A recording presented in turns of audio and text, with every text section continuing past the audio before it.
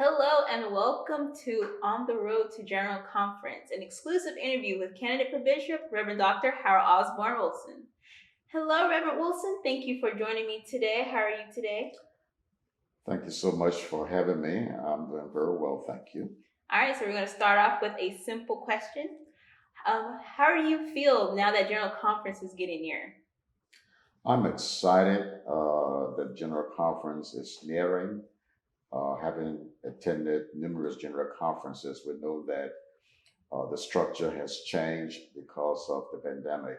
But I'm so excited about it and prayerfully excited to the point where uh, I will be elected one of the bishops in the African Methodist Episcopal Church.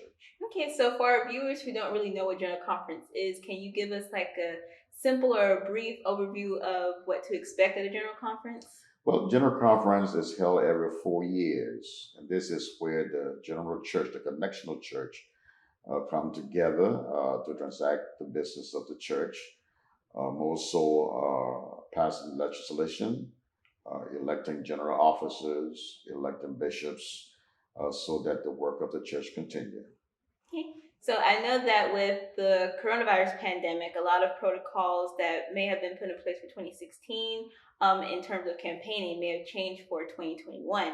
So how is your campaign team adjusted to how they're going to put your name out there at General Conference?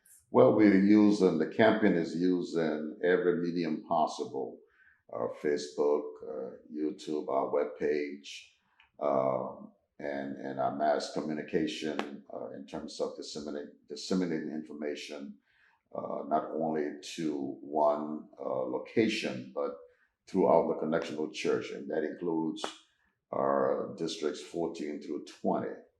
We are serving now in the Great United States of America, districts 1 through 13. So the message is getting out there, and we do have campaign persons who are working the ground in the overseas districts as well. So since you are a candidate for bishop, what do you want the people to expect from your leadership if you are elected? Well, there's several. First of all, we pray that we'll be elected one of the bishops in the church. Uh, our church is at the crossroads right now, and new leadership is definitely needed to, as I said, fix the cracks in the wall. Um, there are our young people, most especially, need to be given the skill set, leadership skill set, that is, to be able to be leaders of our church, not future leaders, but current leaders of our church, because they have the capacity, the know-how, but we need to educate them about the politics of the church and other things that they need to know to be able to serve well. Yesterday is past and gone. Today is the day for us to include them in the ministries of the church. That is from YPD all the way to the bishop's office, so to speak. So we want to give them a roundabout knowledge to increase their skill set to serve in those capacities. The other thing is that our church uh, needs to be empowered. Our membership is declining, and there is no secret about it.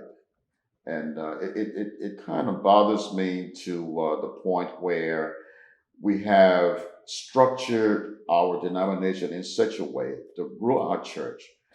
But the church next door, the other denomination next door, is using our structure and are yielding fruitful results. So the question is, what happened to us?